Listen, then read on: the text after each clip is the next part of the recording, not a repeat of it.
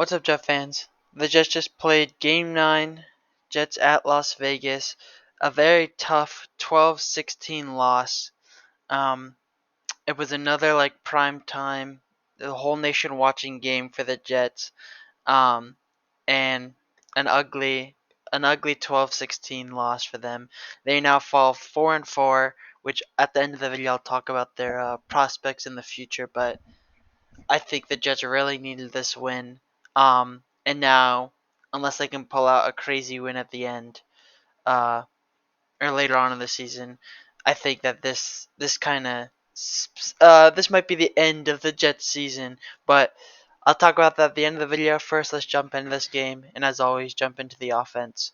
So there's a few players I want to highlight. One, right, Zach Wilson. He's the big talking point right now. I'll talk about him at the end. The other players, though, Garrett Wilson, as always, a great game.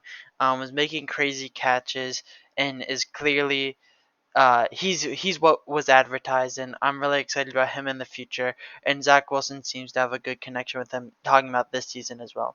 Breece Hall, once again, kind of a down game for his running stats, but he had some big runs after the catch, which counted as passing yards.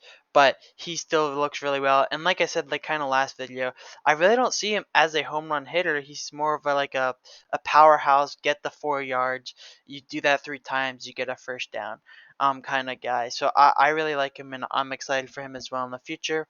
Um, and then also talking about running backs, Dalvin Cook, he didn't get the ball a lot this game, but he did get it, and he definitely played a lot better this game than any other game of the season. He was getting big runs with the limited touches he was getting, and so that's exciting to see.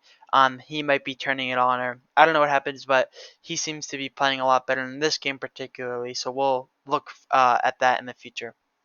And then lastly, shout out someone who I normally don't talk about, Tyler Conklin, the tight end. He is was making big catches in this game, and lots of the tight ends they've had drop issues, and lots of the physical receivers like Alan Lazard as well have been having drop issues.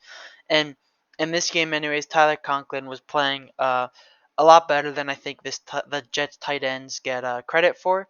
So it's exciting to see that someone is get helping out Zach Wilson. And then lastly as well, like Xavier Gipson, he didn't have a coming out game, but he definitely had um, a big game, and we'll look at his progression as he is a rookie, and look at his progression in the receiving game instead of just being a return man.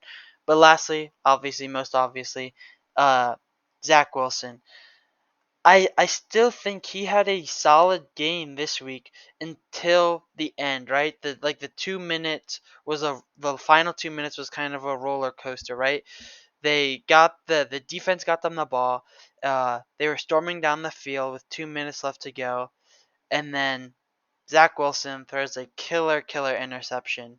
Um, they were storming down the field, and that interception really was like, uh-oh, this game's kind of over. The Jets defense then got them the ball back again, with 53 seconds left, and I was like hoping, I was like, oh, please give me this win. Um, they were only down by 4, so no field goal, but they were down by 4. There were some clock management issues. I don't know if it was Robert Saleh or the refs. Robert Saleh was screaming at the refs because he said that he called the timeout a lot earlier. So there was some issue there. And then Zach Wilson throws a really good pass.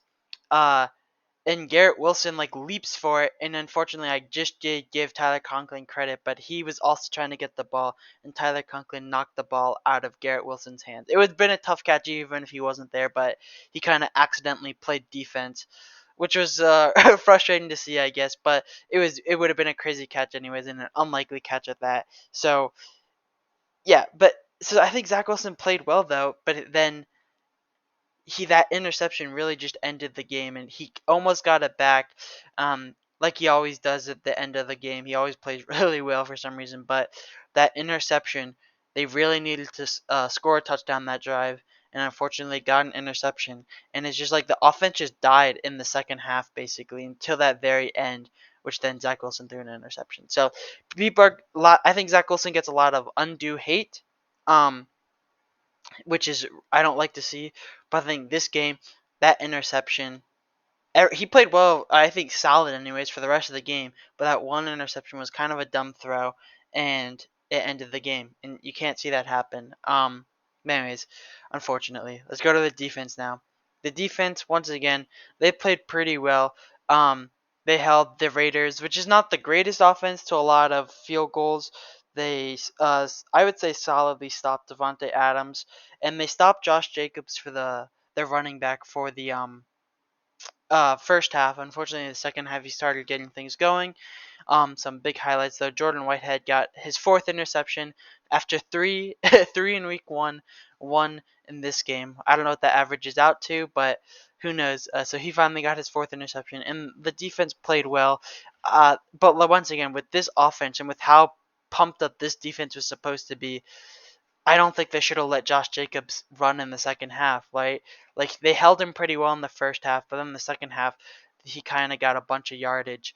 And right, so you can't. That's like I've talked about previously in my videos. You can't blame the defense, but also if this defense wants to be like the number one defense or the people were saying one of the greatest defenses of all time before the season started, they need to win games.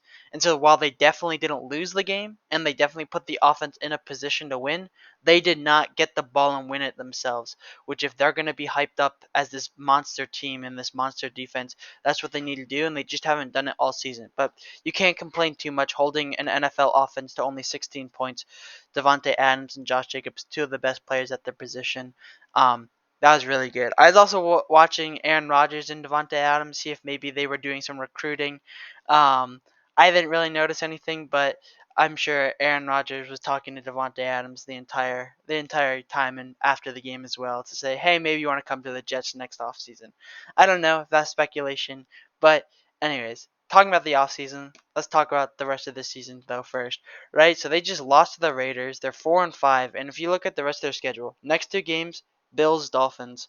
And while yes, they beat the Bills before, the Bills have been bad early on this year, but they've been seeming to be a lot better this season. So we'll see. That's definitely a hard game for the Jets, and I think a game at Buffalo the Jets lose.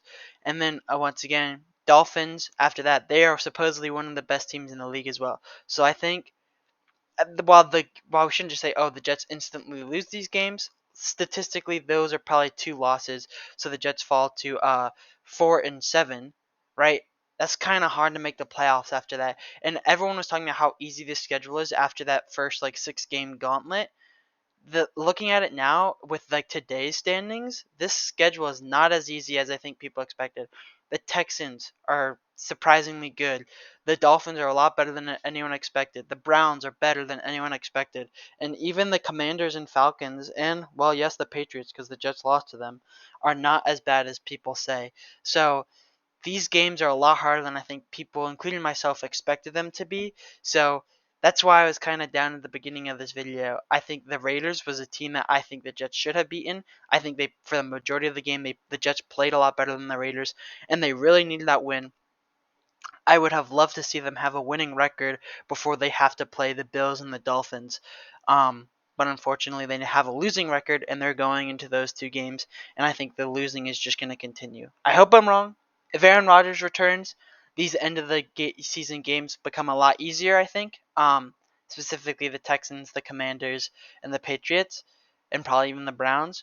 But if he doesn't return, which I don't know if he has, I know he wants to return. And so if he wants to return, I think you support it. But also, if I'm the Jets coach, I'm like, am I going to let him get behind this offensive line just to play some meaningless games, right? Because I think at the end of the season, I think some of these games might become meaningless. Anyways, let me know what you guys think in the comments. Maybe I'm wrong. I hope I'm wrong. I want to be positive, but this loss was just a brutal loss. They really needed to win this game. And the whole nation was watching as well, and they really needed this win. Unfortunately, they have a losing record now. So let me know what you guys think. See ya.